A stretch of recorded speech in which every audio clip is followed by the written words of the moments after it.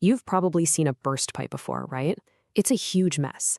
But have you ever actually stopped and looked at how it breaks? Because there's this hidden pattern, this little engineering mystery that we're going to solve together right now. Seriously, think about it. When a pipe finally gives up under too much pressure, it almost never just snaps in half. Nope, it tears open lengthwise, creating this long, gaping split.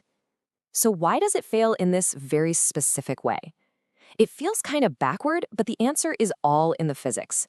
Okay, so the secret is hiding inside the material of the pipe itself.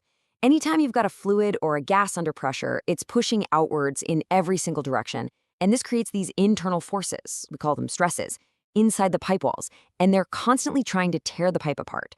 But here's the thing, not all of these stresses are created equal. So, force number one, and this is the big one, is called hoop stress.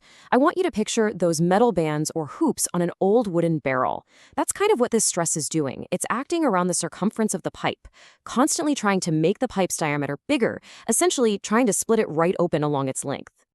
And then you've got the second force, longitudinal stress. This one, as the name suggests, acts along the length of the pipe. Imagine grabbing both ends of the pipe and trying to stretch it out like a giant rubber band. That's longitudinal stress trying to pull the pipe apart end to end. So here we are. We've got a battle of forces raging inside the pipe's wall. Hoop stress is trying to rip it open lengthwise, and longitudinal stress is trying to snap it in half. A pipe is always going to fail at its weakest point. So the big question is, which of these two stresses is the real heavy hitter? And lucky for us, physics gives us a super clear answer. Now, don't let the formulas here scare you. They're actually really simple. You can see they're almost identical. They both depend on the same three things. P is the internal pressure, R is the radius of the pipe, and T is how thick the pipe's wall is. Okay, now look really close at those two equations. The variables are all the same, right? The pressure, the radius, the wall thickness, they're identical.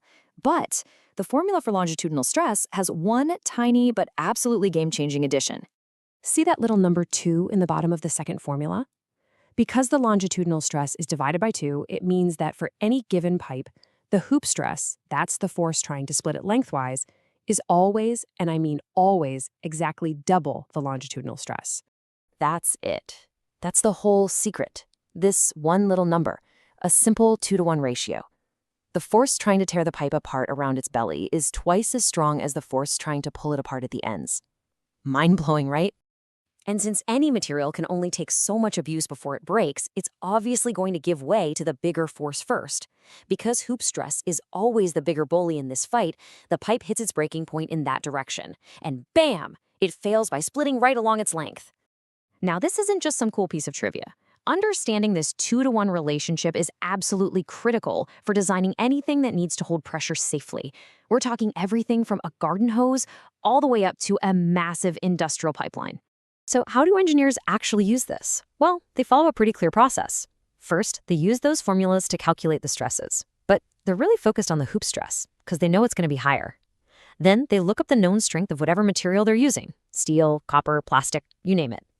And finally, they can figure out exactly how thick the walls need to be to make sure that stress never, ever gets close to the material's breaking point. It's literally a blueprint for preventing disaster. So, the next time you see a pipe, you'll know about the invisible war happening inside its walls, and you'll know why the winner of that war is always the same.